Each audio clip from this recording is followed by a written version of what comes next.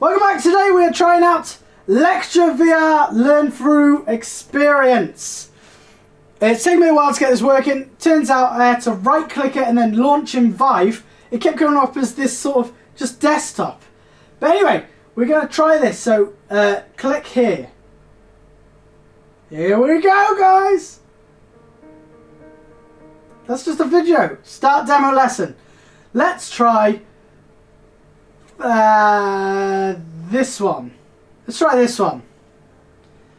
Now this is supposed to be where you can meet up, have a lecture. Let's face it, it's going to be a bit of an expensive lecture if you've got to put on a VR headset. But I guess you could have it from around the world then, couldn't you? I'm going to stay standing. Okay. And, hello? I'm going to assume you're just normal. Oh, look at that! Is this a lecture room? That guy don't look happy to be here. Oh. Oh look, I can put a chair down. How's this working? Have for a long time harbored science. I can teleport. In fact, in a pre-scientific era, that would be. How does my chair move? Oh look, I can move. Oh, I can move around like that. Before Whoa. then, nature's most unknown Oh! was thought to be the work of divinity. Take, for example, Yeah. epilepsy. Oh. There's someone writhing on the ground.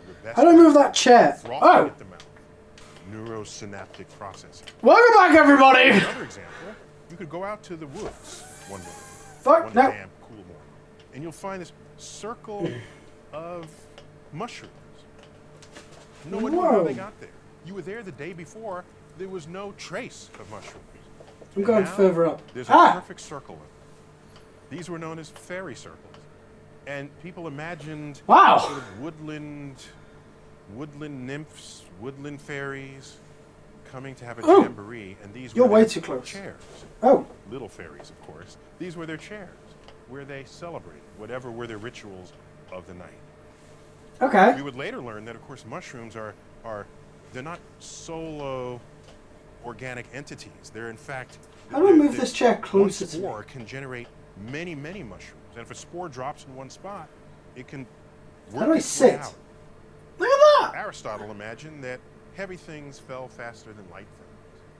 Right. Of course, yes, a rock falls faster than a feather. The feather feels the air resistance on its way down. But take a heavy rock and a light rock, they'll actually fall together at the same rate. Yeah. Aristotle, however, said that the heavy one will fall faster than the light one in direct proportion to its weight.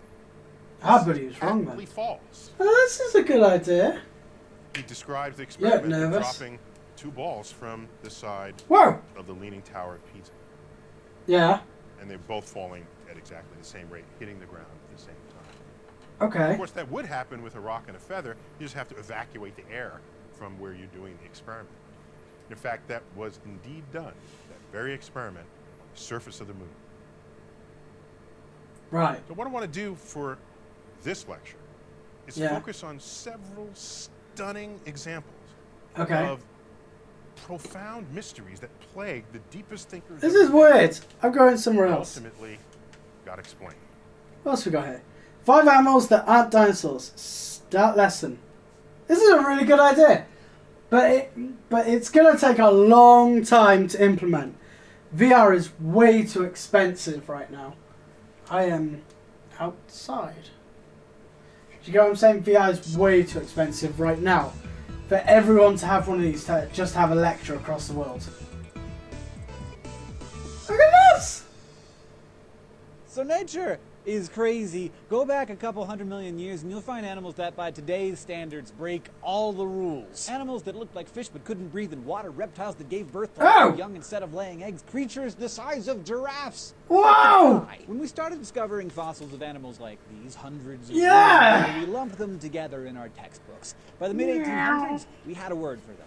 Dinosaurs, Greek for terrible lizards. And for a long time, anything that was weird and extinct and vaguely reptilian was called a dinosaur, even though scientists were finding they actually weren't that closely related to each other. We don't classify animals by how they look or how they behave. Like you're a twat. birds would be the same group. Instead, and made possible the big, powerful jaws that many became known for. Animals with these skull holes are called naps, just like modern birds continue to do. Okay. As you put all these things together, it becomes a little easier to what's on the next page?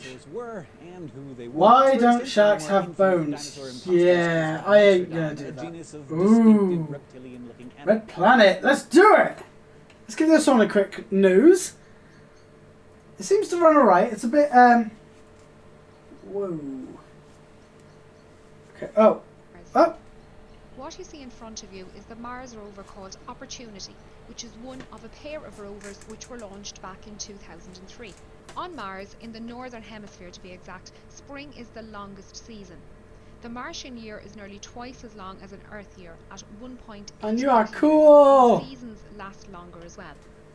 The Martian year in wow. the Mars breaks down as spring for 7 This is months, awesome. summer for 6 months, fall for 5.3 months. I guess you'd have to have different modes though, like modes where you can see the people so they can answer you back, and modes where you can't see the people, because otherwise you could have like 30 or 40 odd people just crammed into one space, glitching for each other. 30 degrees Celsius warmer during the same season. The great fluctuation in temperatures and the difference in warmth between. Oh man, this is cool. Okay, let's see what else is here. Some can affect just a small area. Ballistic trajectory, blah blah.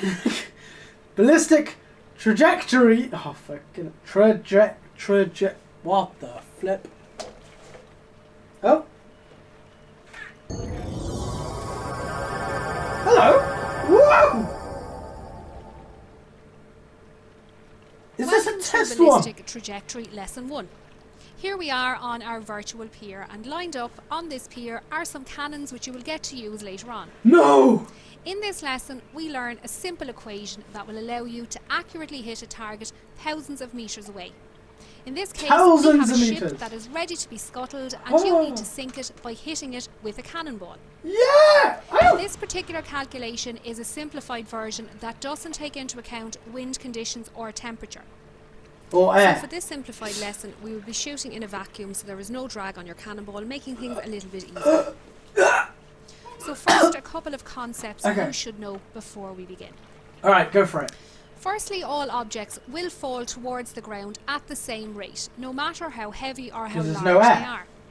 This might seem counterintuitive, as if I asked you to drop a rock and a feather from the top of a tall building, you would expect the rock to hit the ground first, and of course you would be right. However, it would have nothing to do with how heavy it is. The feather is slowed down by wind resistance on its way down, where the rock has less surface area compared to its mass and will fall more rapidly.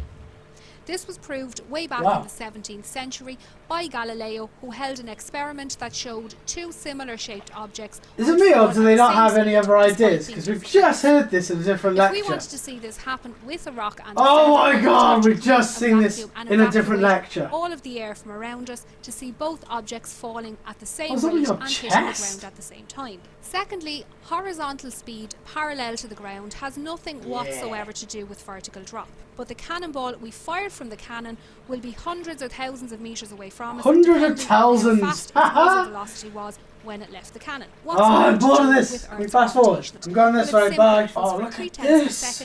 This also means that it will fall to the ground vertically for a total of 2 seconds. You can draw this! Distance to target. The first thing we need to calculate is travel time. So let's call this T. 888. To do this, you need to know your muzzle 888. Velocity. This is the speed at which our cannonball leaves our cannon. So velocity is 150 meters, so 888 so let's calculate divided by so T 150 distance, which is 1,000 meters, over velocity 150 meters that is per so second, bad. How do I and the work result that is out? 6.66 seconds. 5. This is the travel time that it will take our ball to reach our target.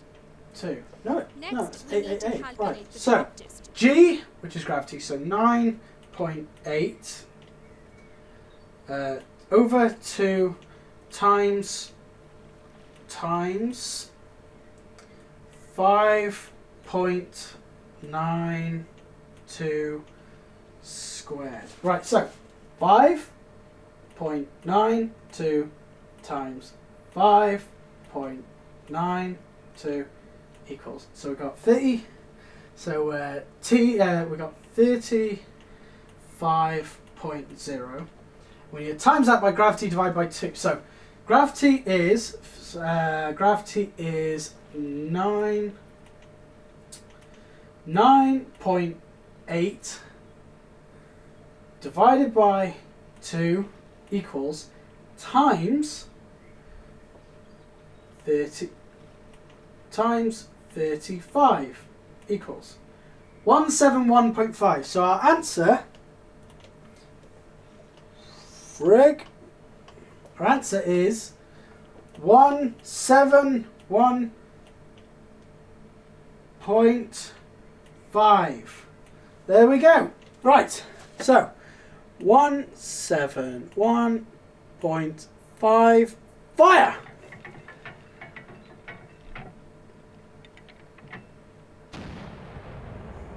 Oh, it's going good. Is it going to hit? Boom! Maths, bitches!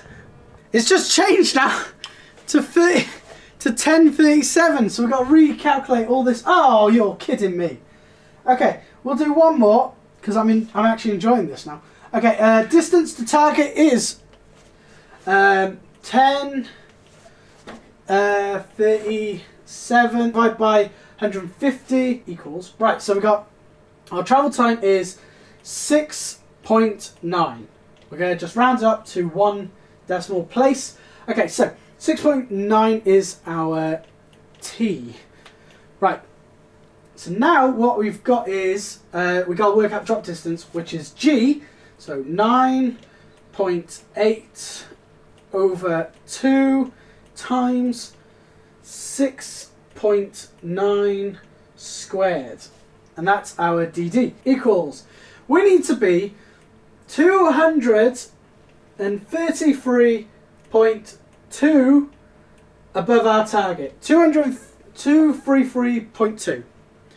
233.2. Go. Okay, guys, let's see if this goes. It's going. It's going. Still going. Oh, we got it! It's another direct hit! It's sinking! It's going! We learned some maths in a vacuum on planet Earth. Because, you know, there's no air, so it has to be in a vacuum. And our gravity is 9.8, meaning that it has to be Earth. Thank you for watching this episode. Make sure to like the video if you like it. Subscribe if you want to see more. This is actually really cool. There's some effects as well. Oh, look at these. We can load media and stuff in. Oh, look at this. So, I mean, there's lots of stuff in this, and it's going to get better, but I really like the idea of it doing this. And I will see you guys next time. Goodbye.